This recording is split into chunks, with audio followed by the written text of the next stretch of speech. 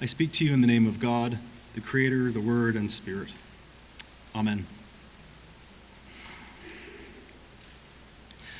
So Remembrance Day is a very particular day for us to remember the men and women who have gone to war to pursue or to promote freedom for future generations.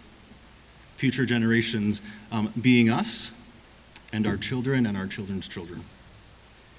We remember the lives lost,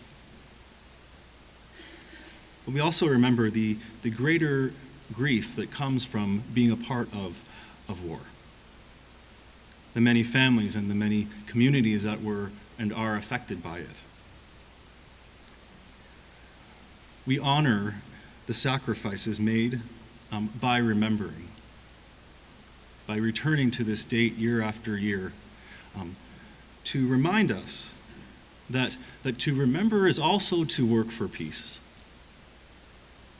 And to hold within this vision of peace that we have for our world, the human context, the human stories and lived realities that are in fact imperfect. We hold these stories of war and sacrifice together with a vision of peace and overarching love, if you will. An overarching vision that we actually see in the Gospel of John this morning. You know, Jesus is saying to the people in front of him and to us here and now, telling us to abide in God's love and to keep God's commandment. What that means is to put ourselves in this place where we know and we experience the love of God that is for each and every one of us. That space where we know we belong, where we're affirmed of our worth, and where there's that relationship of intimacy and of trust. But that is linked with this call to action, which is to do the commandments of God, to do what is right. I think in order to do both of these things, so there's this call to being and a call to action. And if we are in fact to do both of these things, to be in the love of God and to know the love of God and to act into it, I think we have to do two things actually. We have to look at the big picture, and we also have to deconstruct it and get into the nitty-gritty of it. That means big picture visions and the small things too. Because the love of God and action is both big and small. And it's big in the sense that in our world, we confront and we respond to hate and violence still. And we do that in a way that promotes peace and love and unity. That's what we strive for. For that space for creating that space, where no one is left behind, where we are all included, where everyone's dignity is respected. And yet, we also know that that big vision is lived out day after day, moment after moment in our lives. In the small interactions with those that we could very easily dismiss or exclude. It's in the small stories that each of us holds within us as we relate to one another.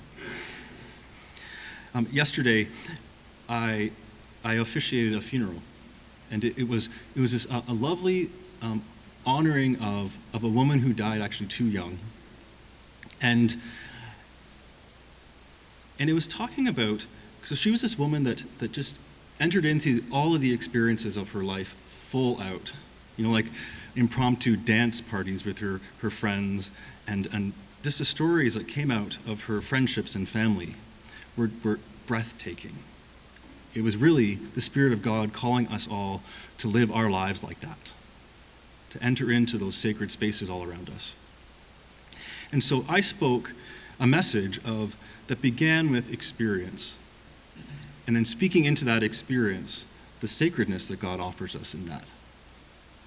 And afterwards, a fundamentalist Christian approached me.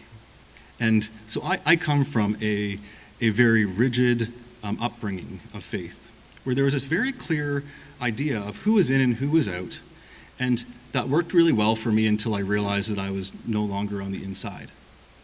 And so that's a place of wounding for me, and often a place where I get quite defensive. And as this woman came to me and she called me to be more aggressive and assertive in my faith, and in saying that Jesus is the only way to heaven, and be clear about that. And of course, when I'm backed into a corner, I have a tendency to be scrappy a bit. You know? Like when you're backed into a corner, you either cower or you punch back, right?